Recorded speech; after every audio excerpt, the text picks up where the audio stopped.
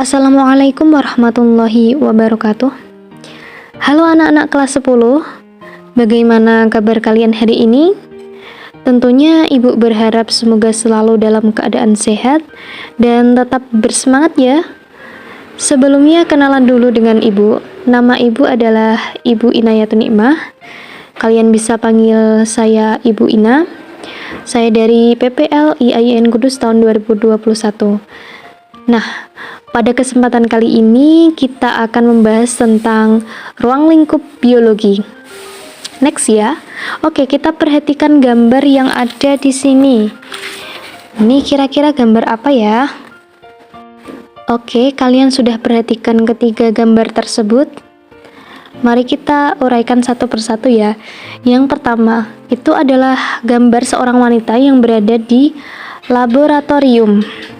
Yang kedua, kalian tentunya sudah tidak asing lagi dengan gambar tersebut. Gambar tersebut adalah seorang dokter yang melakukan operasi ya. Nah, yang ketiga adalah gambar semangka. Tapi semangkanya kok berbentuk kotak ya? Apakah ada hubungannya dengan mistis? Tentunya tidak. Semangka-semangka yang berbentuk kotak tersebut merupakan rekayasa genetika. Nah, rekayasa genetika ini adalah suatu cabang dari ilmu biologi. Nah, ketiga gambar di sini juga tidak terlepas dari ilmu biologi.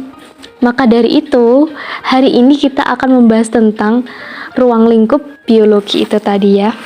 Oke, dalam ruang lingkup biologi nantinya kita akan membahas 5 pembahasan. Yang pertama tentang pengertian dan cabang ilmu biologi, yang kedua ada peranan ilmu biologi, yang ketiga ada keselamatan kerja, yang keempat ada metode ilmiah, dan yang kelima ada penelitian dan percobaan sederhana. Nah, tentunya kita sudah kenalan dengan ilmu biologi. Tentunya kita harus tahu juga makna dari biologi sendiri itu apa sih, gitu kan? Nah, biologi itu merupakan bagian dari ilmu sains. Biologi sendiri itu berasal dari kata bios yang berarti hidup dan juga logos yang berarti ilmu. Nah, ketika dijadikan satu atau digabungkan, itu adalah ilmu yang mempelajari tentang makhluk hidup, baik yang bersifat makroskopis maupun mikroskopis, atau kalau lebih jelasnya itu adalah ilmu yang mempelajari tentang makhluk hidup. Itu saja sudah cukup ya. Di dalam ilmu biologi itu ada cabang-cabang dari ilmu biologi. Nah, ini ada banyak sekali cabang-cabang ilmu biologi. Di sini Ibu hanya tampilkan beberapa saja. Dan untuk lebih lengkapnya, kalian bisa pelajari atau buka buku paket biologi yang sudah disediakan oleh madrasah ya. Nah, yang pertama kita pelajari atau kenalan dulu dengan cabang biologi. Yang pertama ada anatomi. Itu membahas tentang susunan tubuh makhluk hidup di bagian dalam ya. Kemudian ada botani, segala sesuatu tentang tumbuhan. Terus ada bakteriologi, berasal dari kata bakteri, tentunya membahas tentang kehidupan bakteri. Yang keempat ada ekologi, yang membahas tentang hubungan timbal balik antar makhluk hidup dengan lingkungannya. Kemudian ada embriologi. Nah, dari kata embrio tentunya pertumbuhan dan perkembangan embrio.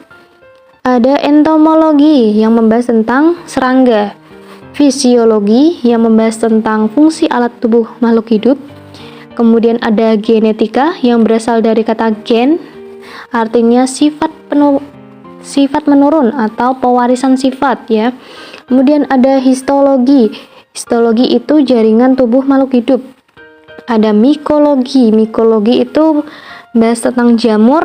Terus mikrobiologi, mikro itu membahas tentang kehidupan jasad renik atau makhluk yang kecil atau mikro ya. Kita sebut mikro berarti kecil.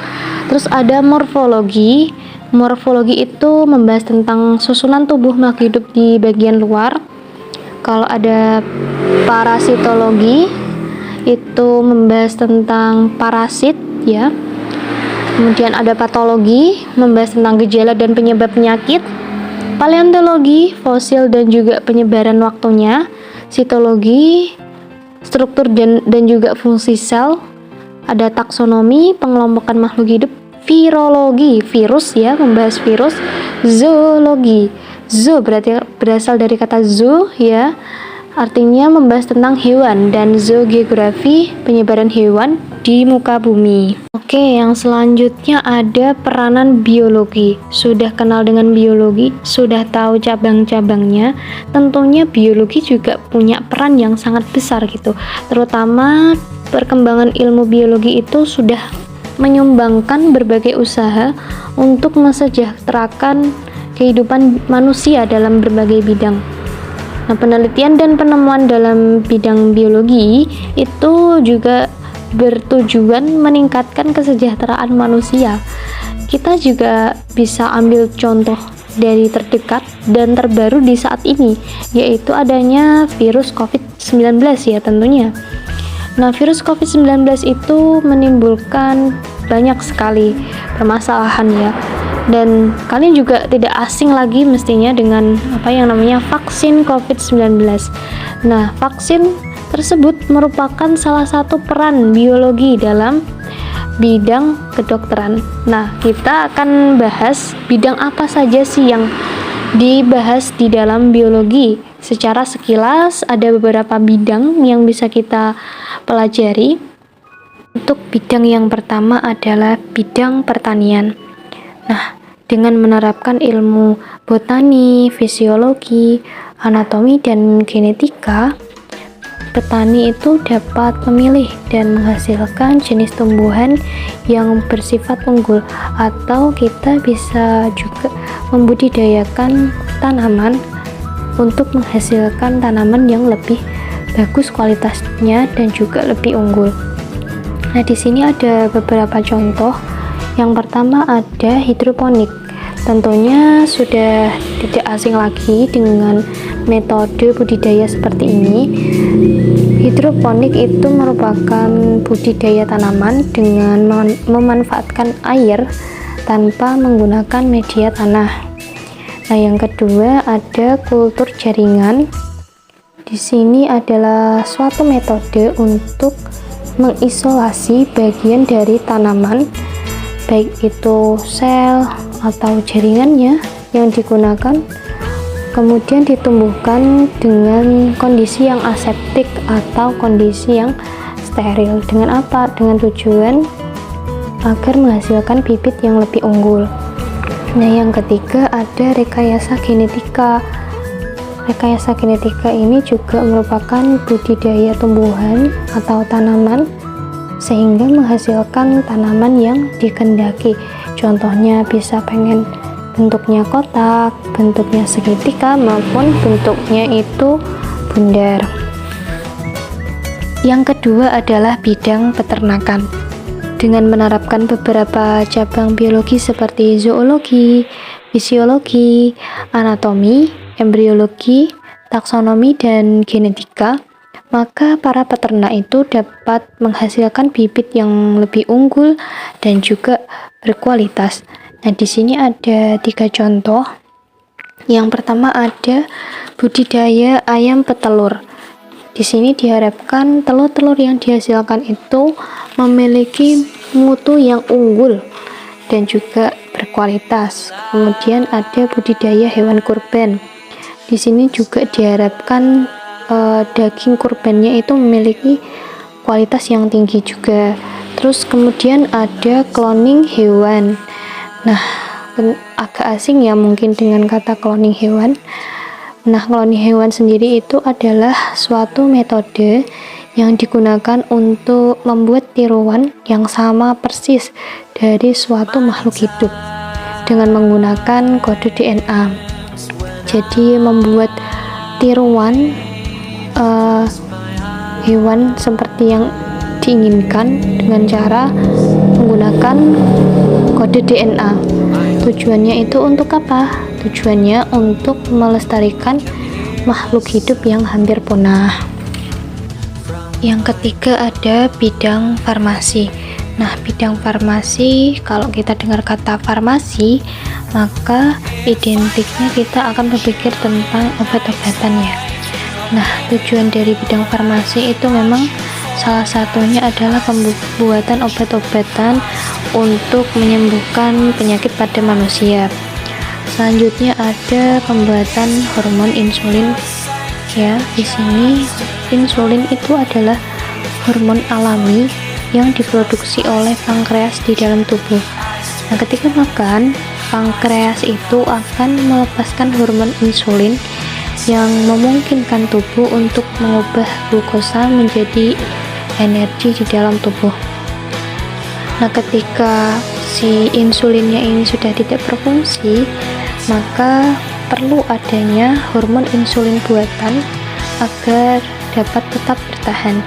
Selanjutnya ada antibiotik pada antibiotik jamur dan bakteri.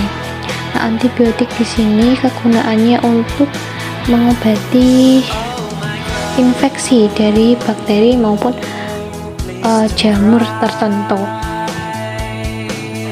Bidang yang keempat adalah bidang teknologi pangan.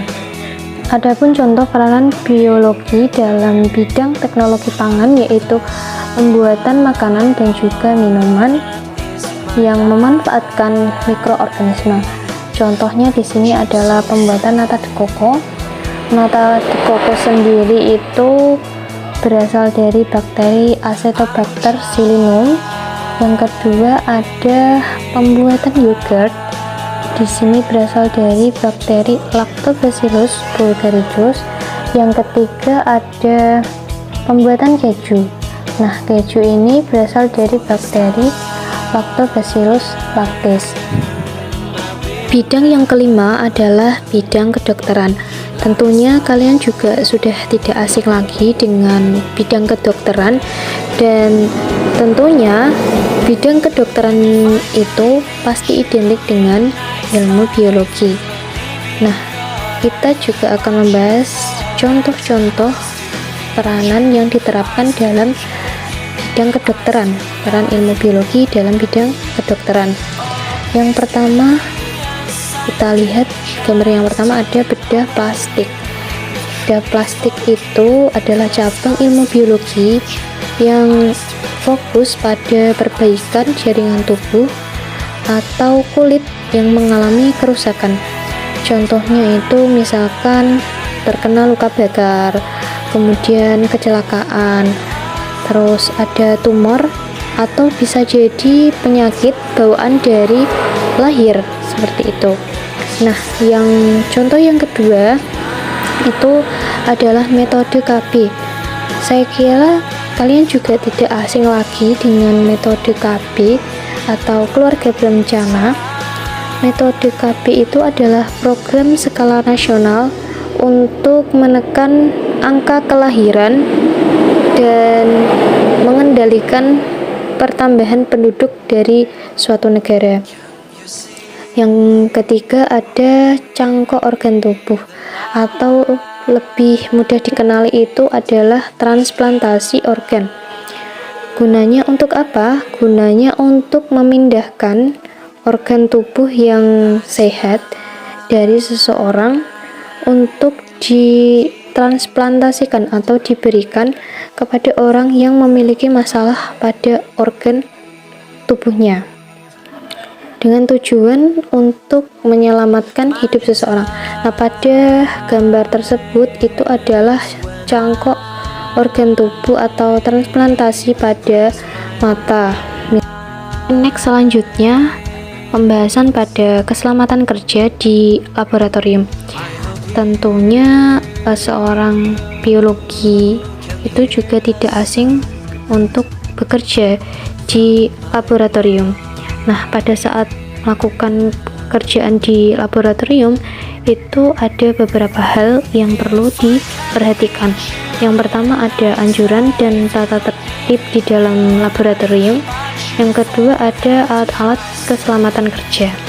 Yang pertama, anjuran dan juga tata tertib pada saat di laboratorium. Tentunya saat memasuki laboratorium kita Yang pertama adalah menggunakan alat-alat pelindung diri seperti mengenakan penutup hidung dan mulut atau yang biasa kita sebut dengan masker. Yang kedua ada kacamata. Kacamatanya ini adalah kacamata pelindung khusus. Kemudian ada sarung tangan saat mengambil zat-zat kimia yang sudah menguap atau berbahaya. Yang kedua juga ketika mengambil zat atau bahan, maka menggunakan alat bantu seperti pipa kaca, pipet tetes, sendok plastik atau pinset. Yang ketiga, tetap berhati-hati saat membawa dan menggunakan alat-alat praktikum yang terbuat dari kaca. Yang keempat, ketika tubuh terkena zat kimia, maka segera basuh dengan air dan membasuh air dengan sebanyak-banyaknya. Yang kelima ada obat P3K yang juga harus disediakan untuk menjaga-jaga ketika tubuh kena luka ya, terluka. Kemudian selanjutnya ketika ada zat kimia yang masuk ke dalam tubuh, segera muntahkan, kemudian dikumur-kumur sampai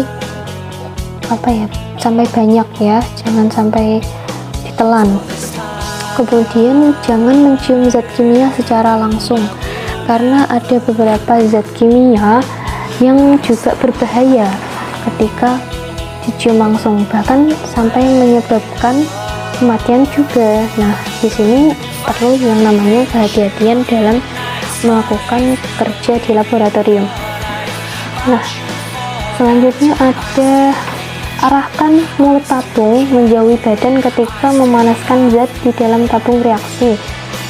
Ini juga perlu menjaga jarak ketika melakukan praktikum ya, apalagi dengan zat-zat kimia yang juga berbahaya.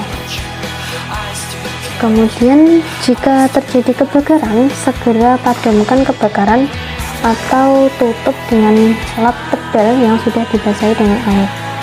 Yang terakhir, cucilah tangan dengan sabun ketika sudah selesai bekerja.